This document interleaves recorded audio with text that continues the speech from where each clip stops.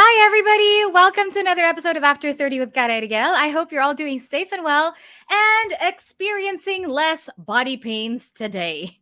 Speaking of body pains, oh my gosh, TBH, my back has been hurting for months. And I'm just in the beginning stages of accepting that this really does come with age. I mean, yes, I'm now wiser and all that I'm in my 30s, but the back pain, man, it's like my 34-year-old body just really be saying, pagbayaran mo na lahat ng kalokohan mo in your 20s, okay? Ang saya pumarty, no? Ang saya magpuyat, no? I started feeling all these aches and pains everywhere, maybe in the middle of 2020, I think. I've also been getting mini vertigo attacks. Napakatanda. Please lang. So, for the first time in years, I got an annual checkup.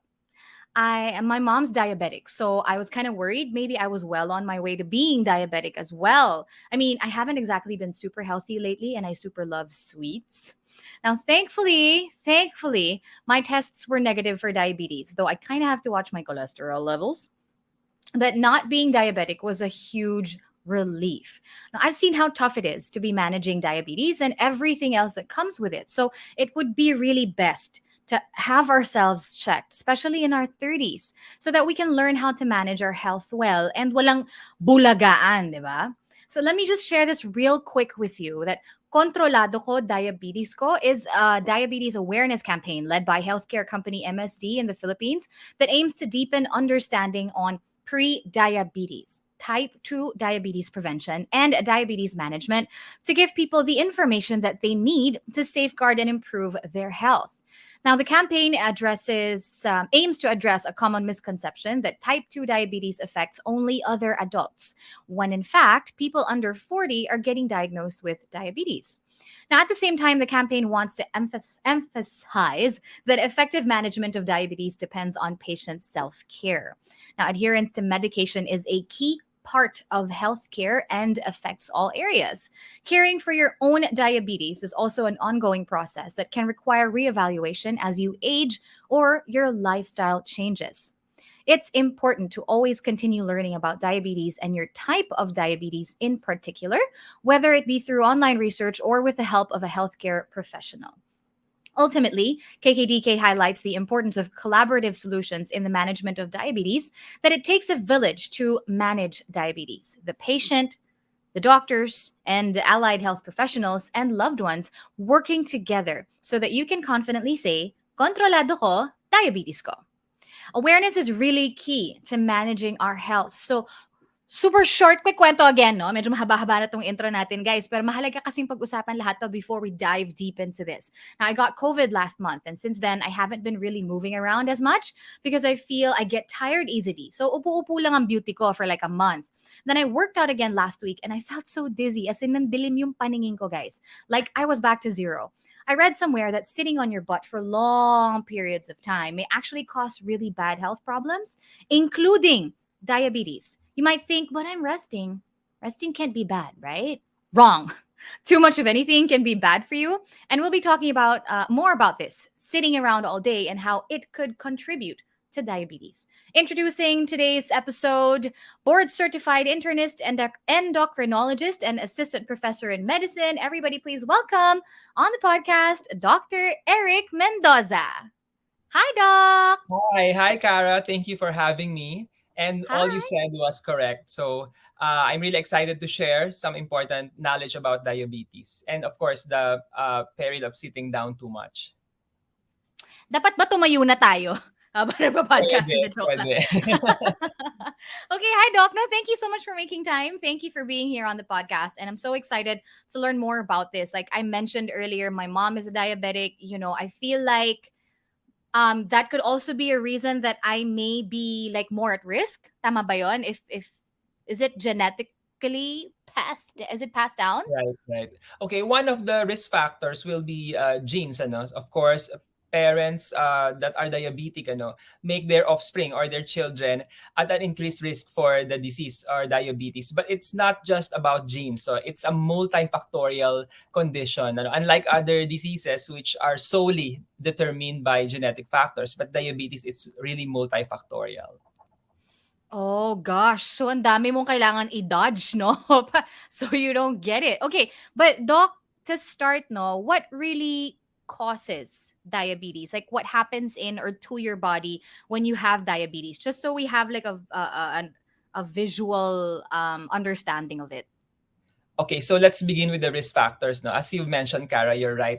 One is genetics, but the greater part of it would be lifestyle choices. Of course, when we say lifestyle, it's more on diet and exercise, or the lack of the healthy versions of those, and also obesity or just being overweight. It is also a risk factor for developing diabetes in the future because fats compete with carbohydrates when it comes to metabolism. So parang mas marami kang fat, your sugar will not be used. And this makes you at risk for diabetes because there's an elevation of the blood sugar in the circulation.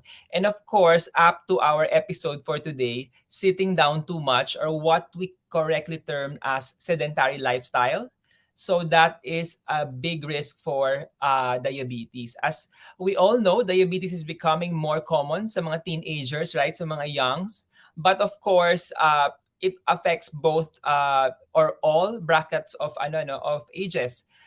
Because of the lifestyle that we have. So yung mga teenagers, sobrang gadgets, and then tayo namang mga adults na ba tayo? Pero hindi ko pa rin matanggap. So uh, yung work natin, most of the time, hindi naman 'di ba hindi naman fully active, 'di ba? Hindi naman tayo lahat athletes, hindi naman tayo lahat sports enthusiasts. So Mm-mm. we work most of the time sitting down, like you and like me, in the clinic. So yun, mga risk factors, and it's very important to recognize. Parang dagger yung like you ni Doc Eric. Like you. Oh, okay, I'm at risk. No, no, but that's so true, no? I guess throughout the years, more and more lalo ngayon with, computers and of course working from home. And this whole what we're going through, the pandemic, so more and more people are just, I guess, spending more time sitting down, lying down, diba, in front of your TVs, on your phone, just sitting down, as opposed to, I guess, in the earlier days when Yeah. you needed to get up and walk and just keep moving. What I read this, doc, correct me if I'm wrong, because Mhm. you're obviously the one who studied about this. Ano lang to, research online. But one theory about why extended periods of sitting puts you at a higher risk for type 2 diabetes is that your body needs to work harder, like what you mentioned pala kanina, to absorb sugar and make Correct. insulin when sitting. Also, humans are built to stand upright, not to sit down and lie down and play with our phones all day, diba? Our hearts now and our cardiovascular system just works better that way. But like I mentioned, most of us are now working from home, or a lot of us, in the jobs that we have, sit from 9 to 5, diba? Hence, all the sitting and our body being at rest technically most of the day. Now, how does too much sitting affect one's sugar level? And how can we reduce the risk if this is the lifestyle that most of us have now? Okay, first of all, I agree with you, no.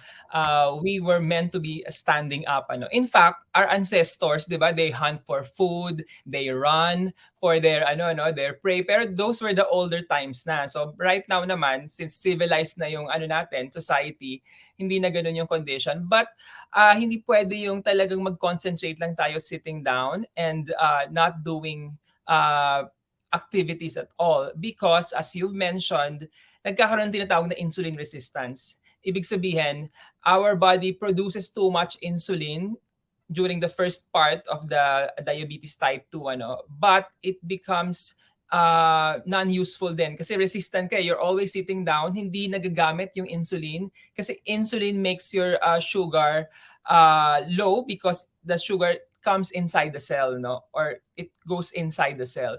But with insulin resistance, because of too much sitting down, obesity, it competes with your blood glucose and insulin as well. So nagkakaroon ng first phase of diabetes, and then later on the patient deteriorates. So I really agree with you. We need to be conscious in our activities, and most of the time, sabi ng mga experts, no, aside of course yung mga endocrinologists and lifestyle experts, do not sit down more than 3 hours. So if you think you will be sitting down more than 3 hours, you have to break that routine and stand up, do something that is maybe not related to your work, ano, pero make sure that you will be active for that time being. So ito yung sinasabi nila na parang sitting breaks, no?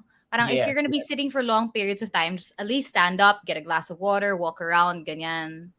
And there are other tips din, ano, to avoid sitting down so much, ano. So sabi nila, when you receive a call, a simple call, ano, from phone, you can stand up, move around. So those Mm-hmm. are ano, parang uh, double na yung magagawa mo, no? Yung multi-purpose ka na. At the same time, you'll be active.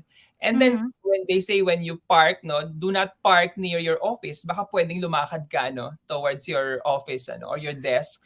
What else? Yeah. uh, have your lunch outside, no? Pwedeng magbaon ka pero baka pwedeng sa cafeteria so that you can walk a little far away from your desk or your office. So simple things that you'll incorporate in daily activity just to break those long time of sitting. You know what's funny, Doc? While you were saying all those things, in my head, automatically I was like, hassle. Kaya nga park eh, para Away. malapit. Kaya nga nagbaon eh, parang di na bababa. And that's exactly the problem. It's so ingrained in us, na the comfort and I guess, di ba, yung just being able to do things fast and easy and, at the palm of your hands, andyan na. Diba? We've been Right. so used to that lifestyle, having everything just arm's length. Alam mo yun, apakalapit lang, apaka-convenient. But that's also part of the big problem, diba? We're starting to become a little bit lazy, I guess, in effect. In a way, pero sometimes you have to understand some people din, ang dami nilang gustong ma-accomplish, no, in a days of work. So that hindi Mm. nila naiisip na part din ng pag-take care of themselves would be getting up and doing something, for their muscles, for their bodies. That's true. Okay, sorry. Thank you for saying that, Doc. Hindi naman sasabing tamad na tayong lahat, no? But we I just think so... both are true. Both are Yeah, true. yeah. Sometimes we feel lazy. Sometimes we want to do so many things, and Right. most of the time, the things we need to do are sitting down and paperworks online. I know. No, but this really hit me hard when I was reading about it now before our recording. Because I was like, oh my gosh, yun nga, since COVID, because I guess yun nga, I've been feeling a lot of just this feeling tired generally and lethargic, no? I was like, oh man, I've been sitting around all day. And in my head, it's like, okay lang nagpapahinga naman ako. But at the same time, lalo na eating, diba, when you eat, for example, like lunch, and you're just at home. So after you eat and you have, let's say, nothing to do in the afternoon, you go straight to bed. I heard that is the worst thing you can do if you want to, of course, avoid gaining weight and diabetes as well, because parang you need the best time to move around is right after you eat. Tama ba? What does it have to do with like our sugar levels spiking up? So you have to time your dinner. I think dinner, kasi yun yung pinakamalapit sa pagtulog, gano'n. At least mga Mm-mm. 2 to 3 hours, before your bedtime. So it's not advisable Mm. na sobrang pagod ka na, you eat and then you sleep, because you need to burn at least half of the calories that you've taken during your dinner, para naman hindi Mm-hmm. siya ma-stock up in your belly, no. And of course, as I have mentioned, this is also a risk factor for diabetes. Yeah. Ano yung explanation ng doc? Parang when you eat, your sugar levels spike up? Am I Okay. correct? Or So depending on what when you you eat? eat, your sugar level spikes up, no? But the normal person can lower it down because of the natural insulin plus the Mm-hmm. activity. Remember that the muscle is the most metabolically active tissue in the body. So that Mm-hmm. in your body, if you are having a lot of muscles, because you're trained, you have this regular exercise, then it's easier for you to burn calories, including sugar. Pero kung puro fats, no, when a patient is obese, of Mm-mm. course, fat is inert, no? It does not function like muscles do. Parang siya, it will not burn it, it will store it. So we want Oof. a tissue that can burn calories, including sugar and fats. So it's also important that you move, because that's the only way that your muscles will be able to burn those excess sugar and calories. So back to what I'm saying earlier, the normal person can have a normal insulin function as well as normal metabolic activity. But a person who does not move or who chose to sleep after eating, either or both, no, lack of insulin function, and number two, there are no more metabolic activities in the body, so sugar will rise. It will not have the normal decrease that we expect after eating. Right. Okay, guys. So noted, do not eat and then sleep.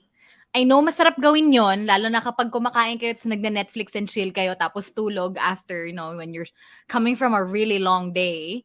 But it could be really dangerous for you. Diba? Especially if you're at risk for diabetes and your sugar spiking up and your body not being able to process it well.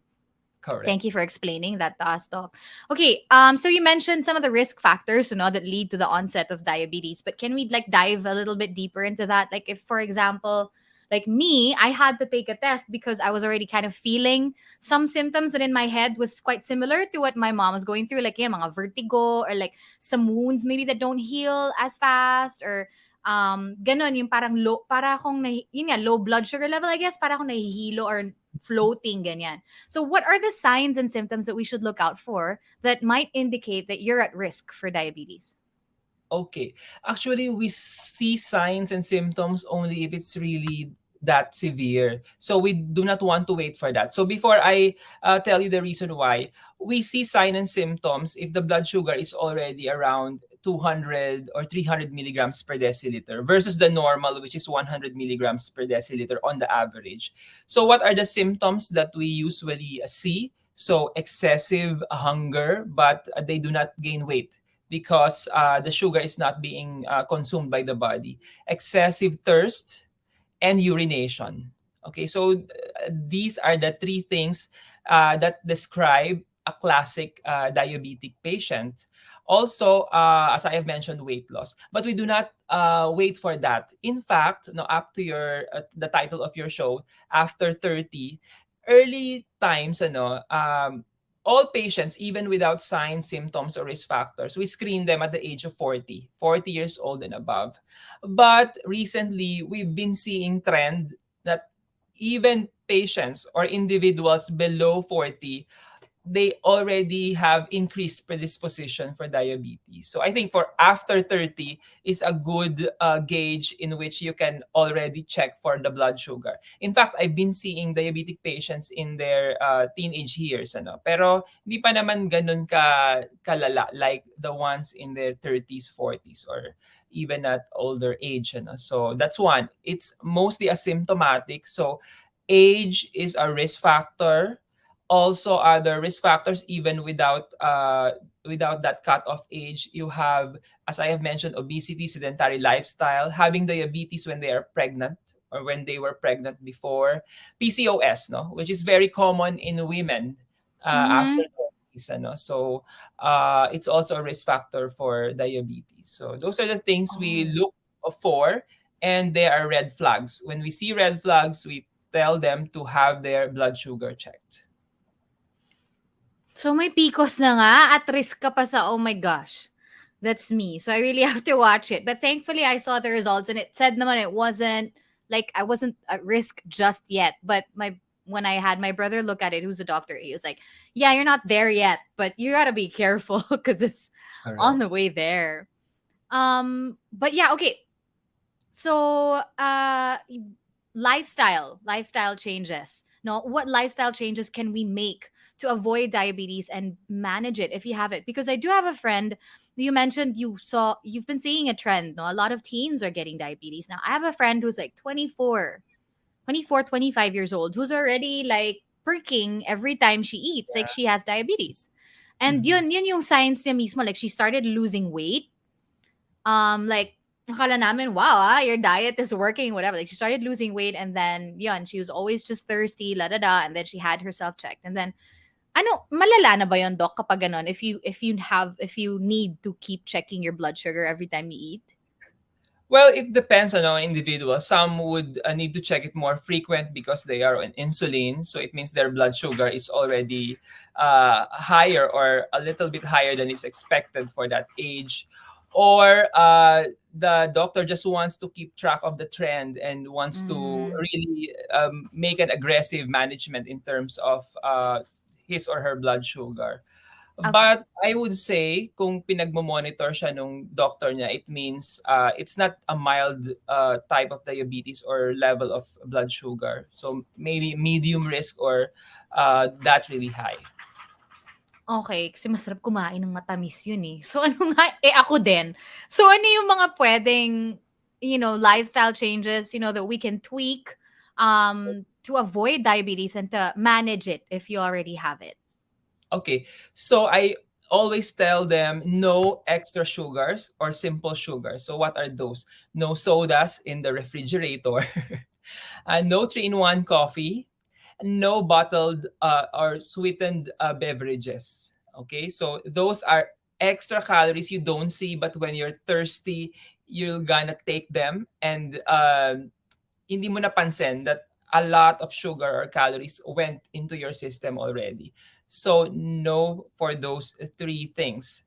How about the other carbohydrates? So we want to limit carbohydrates in the way that if you think you will not be burning them, like you're just working the whole day, most of the time sitting down, which we do not recommend.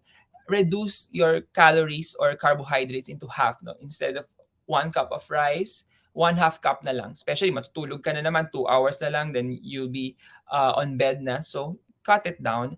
Also, do not make and snack yung mga pastries, yung mga sweets, ano. Sometimes kasi we feel na pwede namang snack yan kasi konti lang, ano. Pero actually, they are meant for dessert. Nilagay sila sa time na yon para make sure na full ka na, and then you'll just take a portion of it. Some people kasi, i-reserve nila sa merienda, and then ang dami nakakain. So, yun, risk factor din yun. So, hindi maganda. So when it comes to protein, you are, of course, you need protein, and especially if you're working out. Mhm. But choose healthy versions of proteins, plant proteins, no, from nuts, from other sources na animal proteins, pero fish and eggs, ano, limit yung mga red meat, especially if you're at risk for diabetes and diabetic kidney disease. And for vegetables, of course, you are to get a generous serving of vegetables. Fruits, yeah, you can take it more on water, preferably water, not sugar sweetened beverages. So those are basic tips, but of course, you can always consult your nutritionist for individualized meal plan. For Thank exercise, by you. the way, Yes, go. you have to have at least 30 to 40 minutes of moderate intensity exercise. So, hindi counted yung nagwalis ng bahay, yung mga ganon. Kasi sometimes kinakount nila, pero hindi yun moderate. You need moderate. When we say moderate, at least equivalent to brisk walking or treadmill. And then, ideally every day, but if not, at least every other day. Maintain proper weight. That's also important. Tama. Ay, 'pag nagwalis ka na lang bilis-bilisan mo, 'di ba, para ka nagbe-brisk walk. Oo, puwede din kung ganon kadaming kalat, baka puwede. No, but oh my gosh, all those, like, everything you just mentioned are things that we're so used to eating and drinking, 'di ba? Lalo na kanin. Yes. Is it true that, for example, for people who are diabetic, are there studies that already prove that adlai rice, for example, has less sugar, Yeah, glucose, yeah. or is healthier? Okay. So these are what we call low glycemic index foods, or versions of grains. There are studies showing the efficacy of these alternatives. So these are what we call whole grains and related products. So it is Mhm. also advised that 50% of our carbohydrate intake will be coming from whole grains. So you said adlai rice, quinoa, whole wheat bread. So choose yung mga maligasgas, no? Do you know that term? Yung mga lasang cardboard. Yes, yes. Those are the healthier versions, and at least 50% of your carbohydrate intake. Hindi naman kailangan puro ganon, but make sure that there's a proper balance between the finer versions, which is the white rice, the white bread, and also yung sabi mo, lasang cardboard. So medyo tiis lang. Sometimes it's an acquired taste din, di ba? Pag may mga masasarap na ngayon na wheat bread, mas soft na rin sila. So true naman. No, I'm just saying it's just, being healthy we have to do it.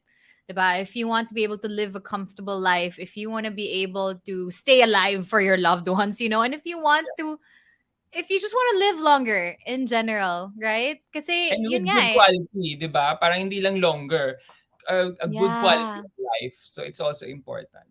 Yeah, kasi yung sarap na yun, let's say, ng kanin, na-experience ko yun lately because nga since I got my blood checked, I was like, okay, I gotta be more, and also my husband. So, inaano ko siya, nire-reel in ko siya. Tara, mag-adlay tayo. So, like, a few months nag-adlay na kami. Tapos, one party that we went to served white rice, right? There was no adlay. Kain kami puting kanin. Pag uwi namin, white rice na ba tayo this week? We said, Ang sarap pala. ang sarap nga pala nun, no? Nakakainis. Puwede naman na isingit-singit, 'di ba? It's just a constant reminder na, uh, we can do alternates din. Yeah, just not too much of it. And if we Correct. go back to what we were, the whole point of us having this conversation now is, yeah, the sedentary lifestyle that we were talking about a while ago. Too much of anything. I mean, it's not sitting down and lying down that's the problem, diba? It's the not moving around as much Right, that right. is the problem. So also, and the same with food, diba? It's you can have a little bit of white rice. Don't naman deprive yourself of it like we did, Mm. and then suddenly konting tikim mo, oh my god, diba? Nag-binge ka na. So okay lang pa konti-konti. Okay, last couple of questions for me, Doc. Thank you so much for answering all the questions like so clearly and so Thank you. succinctly. Diba? Okay, so for those who have not been diagnosed yet but feel like they may be at risk, guys, so you've been saying this over and over, you should definitely get your blood sugar levels tested. If they're doing this for the first time, doc, and don't know where to go, what to do, please tell them not to be scared, diba? And to take action as early as possible. And also, ano ba yung kailangan nilang i-prepare sa heart, mind, and soul nila and how to go about it if they're getting themselves checked for the first time. Okay, so I think the first advice is to see your physician. So any physician, even general physician, can tell you how to prepare for the test because there are 3 different tests or sometimes 4 different tests that would best suit you. So the most, I think the simplest one would be your fasting blood sugar. But some individuals would need a more specific testing like 75-gram OGTT. For all of you though, there no listening or watching na nakainom na nung matamis na juice, I think during pregnancy, yun yung ginagawa, yun yung 75-gram OGTT. It's recommended for patients who are at a higher risk than most of the general population. So meron din naman ng mga bagong test ngayon na no fasting will be necessary. But I advise that you ask your physician which of these tests would suit you better or best. And also, after that, simple lang. Ano lang naman blood draw lang. Just a few ml of blood. So it will not be a scary test. And then if you're normal, you don't need to be tested every quarter or every few months. No? So sometimes you can be tested yearly if you have a very low risk, or sometimes even every 2 years if you're young and you have a healthy lifestyle. So do not be afraid. No, this is something that is very common. I'm talking about diabetes as a disease. So we should be able to prevent it. And if ever we develop it, we prevent complications from it. Tama. Very well said. Thank you so much, Doc. I have one pahabol question, Doc, because before when I used to work for radio, we would have our annual checkup, which is a requirement, right? One of those years, may lumabas sa akin kerastosis, kera something. Parang when it came to like blood sugar, like sa blood test. What does that mean? As a blood, is it ketone? Ketone, there you go. What's Okay. kerastosis? But there's Ketone also something. medical term that I think sa skin naman yun. Anyway, ketone, sometimes it becomes positive when you have long hours of fasting. That's the basis of ketogenic diet. Your Oh. blood is producing ketones as an alternative fuel. Kasi when you have intermittent fasting or ketogenic diet, you deprive yourself of sugar no, than usual, and your body tries to look for alternative fuel, and one will be ketone. So it's not bad as long as it is not associated with diabetes. Ketone production is an adaptive mechanism of the body. and it's associated also with health, ano, when done properly. So I baka see. ano ka Okay. So lang nun, nothing to baka be. nag-fast ka ng matagal, mga 8 to 10 hours, and low sugar yung diet mo before the test. Okay, okay. It's okay. Kinabahan ako eh. Actually, yun yung one of the signs. I was like, oh, wait a minute. I might be diabetic, you know. But still, you know, since my mom is, I guess I also have to be extra careful. Okay, Right. Doc. Last again, like I said, last couple of questions for me in under a minute, which should be no problem with you. You've been answering the questions very quickly and very precisely. What do you want to say to us chronic sitters of this generation? Okay, siguro para ma-remember nila, let's use the mnemonic MOVE, M-O-V-E. Okay? So M is for maintain proper body weight. Of course, you have your desirable body weight that is appropriate for your height and your gender. And then O is observe healthy diet. So choose healthy versions of the food that you take. V is vary your activities, no? Not just sitting down. So maalala nyo yung mga sinabi namin ni Kara during the show. Tumayo, maglakad, umakyat ng hagdan. So things like that. And letter E, exercise often. So move, maintain body weight, observe proper diet, vary your activities, and then exercise. Iba pa yun sa vary your activities. So I think that would be an easier way, no, to remember what we said for today. Ganda nun. If anything, you just remember the word move and that's enough, no? Correct. I love that. That's that's very useful, Doc. I will keep coming back to that. Guys, sana naisulat nyo. Patato nyo sa katawan. M.O.V.E. Not a patent yan. I love it. Thank you so much, Doc. I have one last question. And I ask every guest here on the show before we end because, you know, it's always a good reminder to kind of keep us grounded, you know, even if these things, I mean, you're a doctor. So I'm sure you see a lot of, you know, people who are under stress and people who are, you know, going through like really tough times in their lives. And it's very important to keep us grounded, and the way to keep us grounded is to be grateful. Mhm. Gratitude is always key, and that's something I truly believe in here on this podcast. So please share with us what you are grateful for in this moment. It can be one thing, five things, 10 things, completely out to you. Sigaw lang natin sa universe para ma-inspire yung listeners natin to shout out their gratitude journals to the universe as well. Okay, okay. So number one, my family. Kasi sila yung source of strength, no, whatever problem I have, no. My wife and my little daughter, no, 9 years old na din siya, pero little pa din yung tawag ko. Anyway, number two will be good health, no. And of course, number three would be our passion, for our work. And then above these three things, of course, no, we should always remember the one that's continuously blessing us and giving us grace, the one that keep these three things, with me. And I hope ganun din yun sa some or most of our listeners. So that would be it. Thank you so much, Doc. Again, everybody, Doc Erick Mendoza joining us for the first time ever on the podcast today, talking about how sitting all day can be bad for you. We talked about diabetes, we touched on that, and how you can, if you're at risk, what you need to do, and if you are not, you know, you should still get yourselves checked, especially a lot to do with age, diba? And sitting all day is really not good for you. So move, M-O-V-E. Ano ulit yung move, Doc? Ulitin lang natin. Maintain proper weight, observe healthy diet, vary your activities, and let the exercise often. So All remember that. right. Remember that, everybody. Thank you so much, Doc. Please invite our listeners to come and follow you. I know you are all over social media as well. If they need to talk to you, ask you questions, get a checkup, whatever, please tell them your social media handles and everything else. Okay, I usually do face-to-face clinic at St. Luke's, Quezon City, and UST. But if you want to have some tips on about healthy lifestyle, especially on hormonal disorders such as diabetes and thyroid dysfunction, then you can follow my Facebook page, Dr. Erick Mendoza, Endocrinology, Diabetes, and Thyroid Diseases. So it's an advocacy platform. It's really meant for my patients and non-patients, but they need something, no, to guide them with their journey if they have diabetes or they are at risk for diabetes. And thank you so much, Cara, for this opportunity.